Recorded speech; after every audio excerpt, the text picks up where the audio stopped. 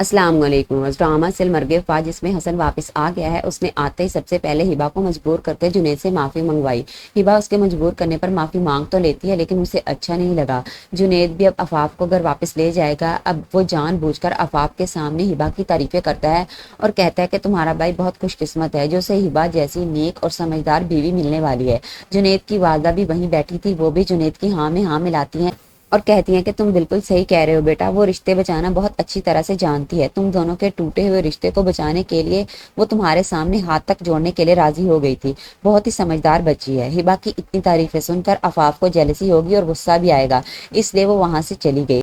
हसन ने जब से हिबा से जबरदस्ती जुनैद से माफी मंगवाई है, तब से वो हसन से नाराज है। हसन उसकी नाराजगी दूर करने के लिए उसे डिनर पर लेकर जाता है और वहां जाकर उसे समझाता है कि मैंने ये सब इसलिए किया ताकि अफाफ आपा अपने घर चली जाएं, क्योंकि मैं उनकी और उनके बेटे की जिम्मेदारी सारी जिंदगी नहीं उठा सकता और इसके लिए जरूरी था कि जुनैद उन्हें तलाक न देता।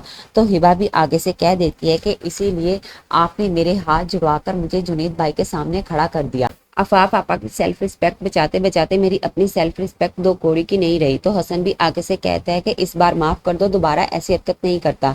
हिबा भी अब हसन को माफ कर देगी, क्योंकि वो उससे बहुत मोहब्बत करती है और ज्यादा देर तक उससे नाराज नहीं रह सकती।